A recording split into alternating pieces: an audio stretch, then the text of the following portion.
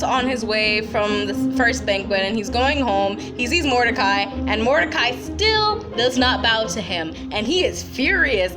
And he goes home to his wife and his friends, pouting and saying, "Oh, Mordecai still doesn't bow to me, even though Esther invited me to this feast and everything like that, and nobody else went but me and the king, and he still won't bow to me, da da da da da." So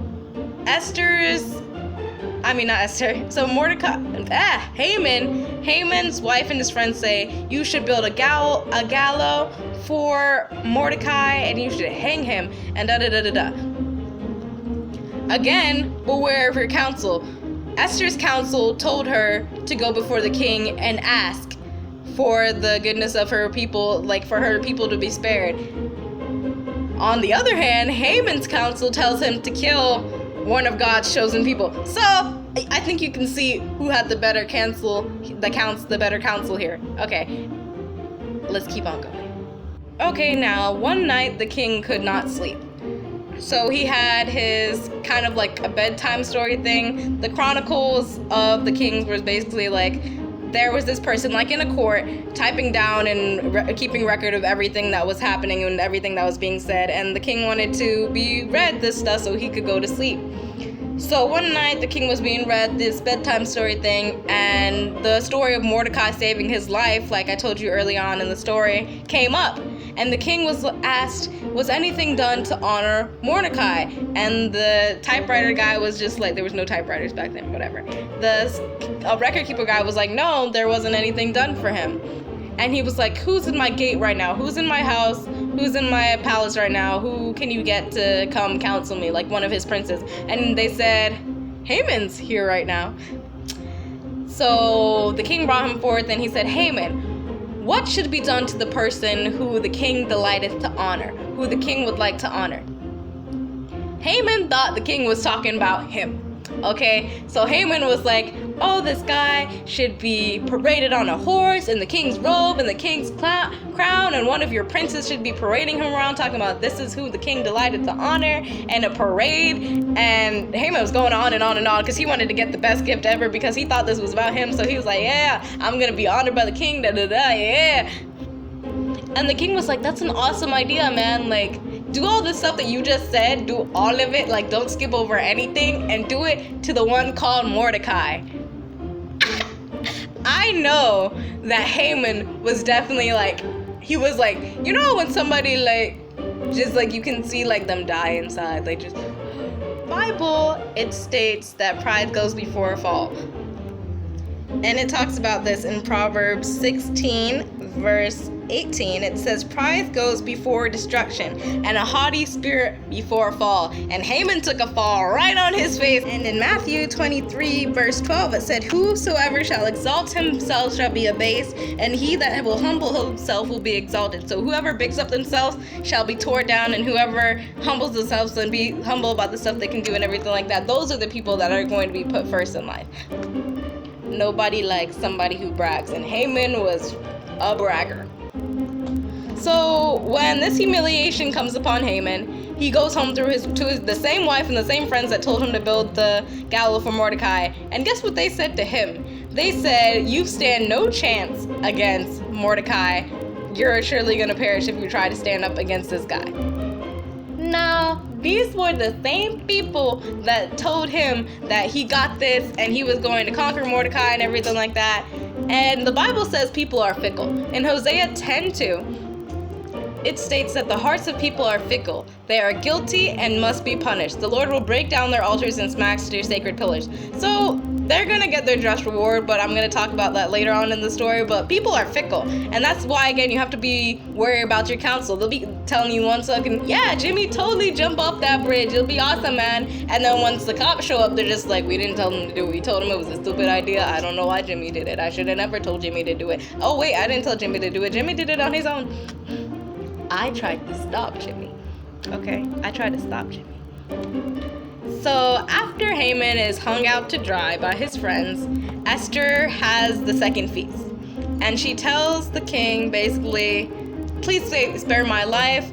there's somebody trying to kill me and all my people. And the king is like, who would dare do that? You're my love of my life. Who would dare kill off your people? And she said, Haman. And I'm pretty sure, I'm imagining Haman with a piece of broccoli in his mouth, and he's just like, he would just like chokes on it, and he's like, what's happening? And the king gets so mad that he goes outside.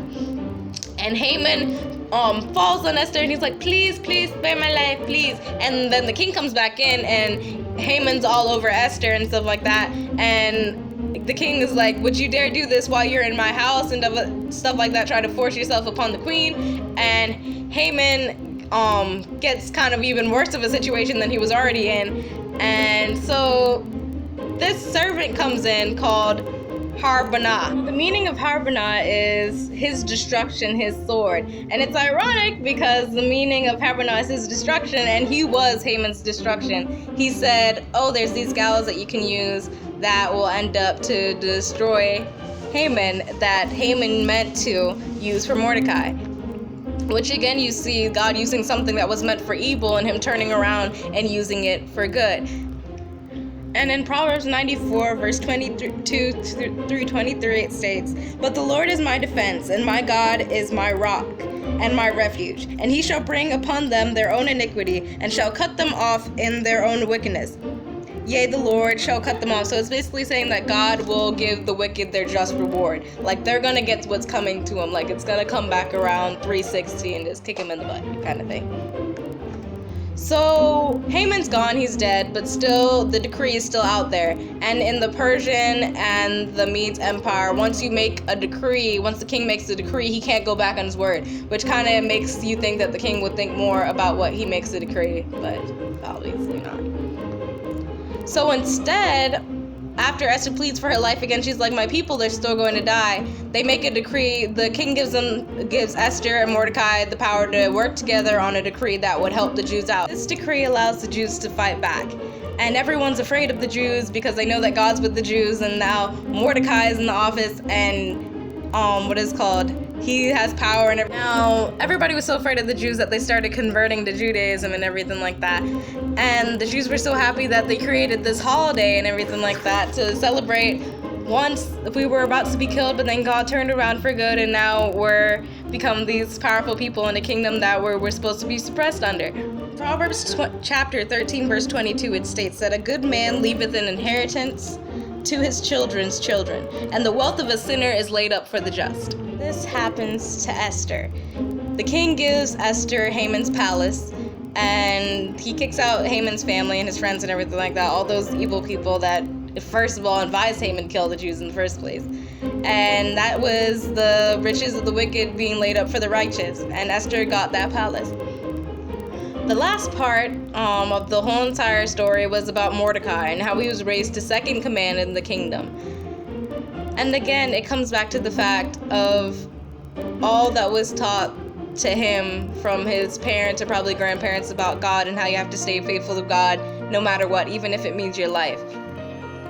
And in this case, it did mean his life and Esther's life to claim that they were Jews, but they still claimed it anyways. And in the end, God rewarded them for it, and they didn't have to die. It turns out that the wicked people had to die instead. A lot of the times you'll see in the Bible that God tests your loyalty to him with stuff that seems like it's going to be so horrible, but he won't let it happen to you. He just wants to see how loyal you'll be to him. Like when Abraham was asked by God to kill his son Isaac, he was going to do it, but he didn't want to do it, but he was going to do it. And God stopped him from doing it because he says, I know in your heart that you love me more than you love anybody else. So God didn't allow him to do it. He didn't let him kill his child. He was just testing him to see if he'd do it. And he wouldn't have let him kill his child. God doesn't do child sacrifices. That's not the kind of God he is. Show me the people you hang out with, and I'll show you where you'll end up in life. Check your counsel and see who you are around. And my counsel is going to be God over and over, because in James 1, it says that if any of you lack wisdom, let you ask God, and he'll give you liberally of all the wisdom that he has, and he won't hold any of it back, and it will be given to that person. So basically, I think I'm going to take the creator of the universe's advice over any human being's advice, and it's been working with me so far. I got A's and stuff, so I think it's working for me.